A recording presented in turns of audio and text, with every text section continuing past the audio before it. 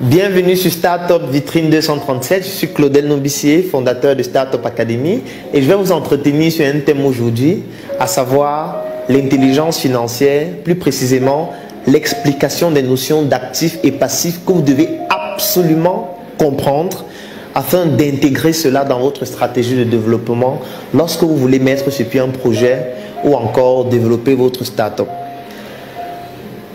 Lorsqu'un jeune dans notre pays réussit à décrocher un emploi, ou par exemple il touche 100 000 francs à la fin du mois, il y a un principe qu'on appelle la loi d'attraction qui se met sur pied et qui va donc dicter son comportement au quotidien. Ça veut dire qu'il va s'entourer d'amis qui ont un statut social semblable au sien. Il va prendre une chambre qui coûte 25 000, 30 000 francs le mois.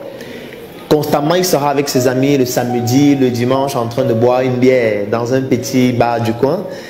Et il va aller au travail soit en empruntant un taxi ou alors en prenant tout simplement une moto.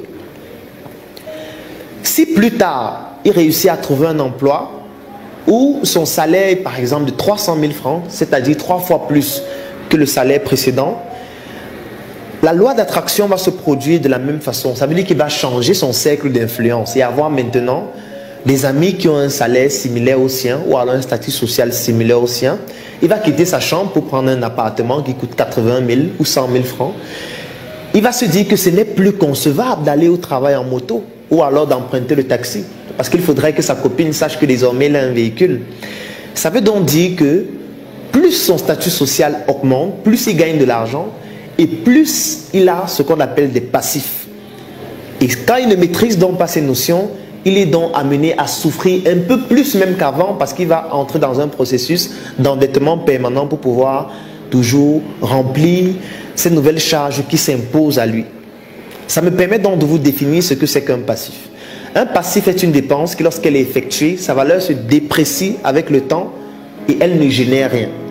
Je prends un exemple. Si vous achetez une voiture aujourd'hui à 5 millions de francs, un an plus tard, cette voiture ne va plus valoir 5 millions parce que sa valeur va se déprécier avec le temps, parce qu'elle devient plus vieille, parce qu'il y a de nouveaux modèles de véhicules et en plus vous êtes obligé de dépenser beaucoup d'argent pour pouvoir l'entretenir tous les jours. Si par exemple vous achetez un costume aujourd'hui, 6 mois plus tard, il ne va plus valoir le même prix parce que sa valeur s'est dépréciée avec le temps et vous avez besoin de toujours l'entretenir, d'aller au pressing afin que votre costume puisse toujours garder son éclat, bien que cet éclat-là va disparaître progressivement avec le temps. Ça veut donc dire que le passif ne vous génère pas de revenus. Et c'est un point qui est extrêmement important. Parce que lorsqu'on crée une structure, on crée une entreprise, on crée une start-up, on se dit souvent que le plus difficile, c'est de gagner de l'argent. Non. Le plus difficile, c'est de pouvoir savoir qu'est-ce que je fais de l'argent que j'ai gagné ou de l'argent que j'ai pu obtenir pour mon projet. Est-ce que les dépenses que je suis en train d'effectuer se font dans des passifs ou alors dans des actifs? Est-ce que le fait de gagner mon argent et d'acheter une voiture ou d'épargner pour acheter une voiture, est-ce que c'est pertinent? Et vous devez retenir qu'en économie, on n'investit jamais les actifs dans des passifs. Jamais. Qu'est-ce que c'est qu'un actif? Un actif est une dépense qui, lorsqu'elle est effectuée, sa valeur s'apprécie avec le temps et vous n'avez pas besoin de dépenser de l'énergie pour que sa valeur s'apprécie. Cette valeur s'apprécie de façon automatique. Je prends un exemple. Si vous décidez d'acheter un terrain aujourd'hui à 1 million de francs, dans 10 ans, ce terrain ne va plus valoir 1 million parce que sa valeur s'est appréciée avec le temps. Si on construit une école à côté de ce terrain, ça rend ce terrain beaucoup plus viable. Si on construit une route, ça fait en sorte que la valeur du terrain augmente. Ou alors, si des populations commencent à habiter dans l'endroit où vous avez construit votre terrain, ça fait en sorte que les personnes ont beaucoup plus envie de vouloir avoir des terrains dans cet espace-là. Donc, la valeur augmente et vous n'avez pas besoin de travailler sur ce terrain-là pour que cette valeur augmente. Je prends un autre exemple, un investissement. Vous pouvez avoir une maman dans votre quartier qui vend les beignets haricots bouillis depuis plus de 2 ans ou 3 ans, qui a déjà une certaine notoriété et qui a déjà beaucoup de clients.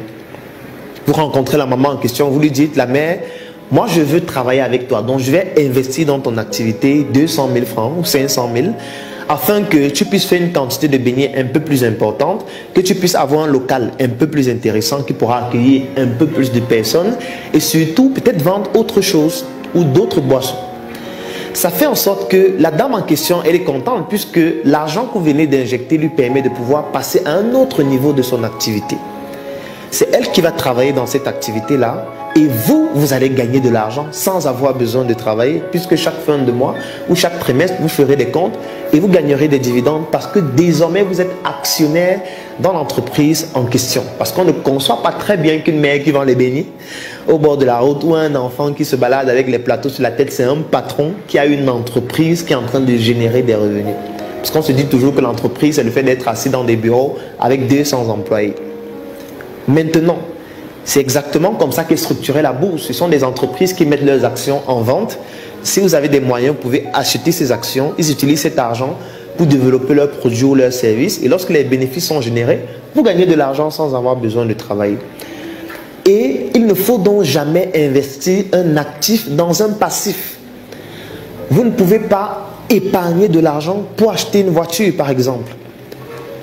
Mais avant de terminer cette vidéo, il est important pour moi de préciser qu'il y a des nuances qu'il faut pouvoir comprendre afin de ne pas être comme un interrupteur on-off lorsque vous allez entendre parler de la notion d'actif ou passif. Il ne faudrait surtout pas que vous puissiez dire que je vous ai demandé de ne plus acheter de voiture ou de ne plus améliorer votre qualité de vie. Il y a des passifs qui peuvent devenir des actifs dans certains contextes et dans certaines situations. Si vous êtes un commercial et que vous achetez un véhicule, le véhicule n'est pas un passif pour vous. Parce que lorsque vous avez un véhicule, ça vous permet de facilement pratiquer votre activité. Ça vous permet d'être plus crédible auprès de vos partenaires qui vous feront plus confiance et ça pourra vous permettre de gagner un peu plus de marché. Dans ce cas, votre voiture n'est pas un passif, mais c'est un actif qui vous permet de rentabiliser encore plus l'activité que vous menez. Si par exemple, vous avez un bureau, vous faites dans le secteur des BTP, où constamment vous allez rencontrer des partenaires d'affaires. Le fait d'avoir un très beau bureau, de très grands écrans ou alors d'être habillé d'une certaine façon, c'est très important parce que là, ça concerne le branding qui va donc vous permettre d'être plus crédible auprès de vos partenaires. Donc, dans ce cas, il ne s'agit plus des passifs, mais il s'agit des actifs, bien évidemment. Un taximan, par exemple, son taxi, c'est un actif pour lui parce que ça lui permet de générer des revenus. Une callboxeuse, par exemple, son téléphone, c'est un actif parce que son téléphone lui permet de gagner de l'argent.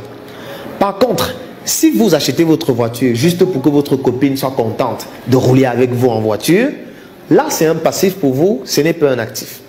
Si vous achetez un très gros téléphone juste pour pouvoir être sur Snapchat constamment et publier des statuts, là ce n'est pas un actif, c'est plutôt un passif pour vous. J'espère que vous avez compris la notion d'actif et passif et que vous devez savoir qu'il est important d'intégrer cette notion dans votre entreprise chaque fois que vous touchez de l'argent. Chaque fois que vous touchez de l'argent, posez-vous la question, la dépense que je vais effectuer, est-ce qu'il s'agit d'un passif? Est-ce qu'il s'agit d'un actif? C'est très important parce que c'est ça qui va vous permettre de rendre votre entreprise exponentielle et de passer à un autre niveau. Vous allez parfois voir des mamans qui vendent des beignets pendant 15 ans, 20 ans, 25 ans et vendent toujours les beignets au même endroit sans avoir rien changé. C'est parce qu'elles ne comprennent pas suffisamment ces notions et c'est parce qu'on nous abrutit parfois dans le système éducatif. Quand on dit à un enfant que le prix de vente est égal au prix d'achat plus le bénéfice et qu'on lui demande de faire un exercice pour calculer son bénéfice et il dit que le bénéfice est égal à prix de vente moins prix d'achat, c'est une stupidité. Parce que si vous achetez un téléphone à 10 000 francs et vous le vendez à 15 000, votre bénéfice n'est pas 5 000. Il y a beaucoup d'autres notions qu'il faut intégrer pour calculer de façon beaucoup plus efficiente de bénéfices. Et pour ça, il faut comprendre cette notion d'actif et de passif. On va plus en parler encore dans une autre vidéo. Je vous remercie.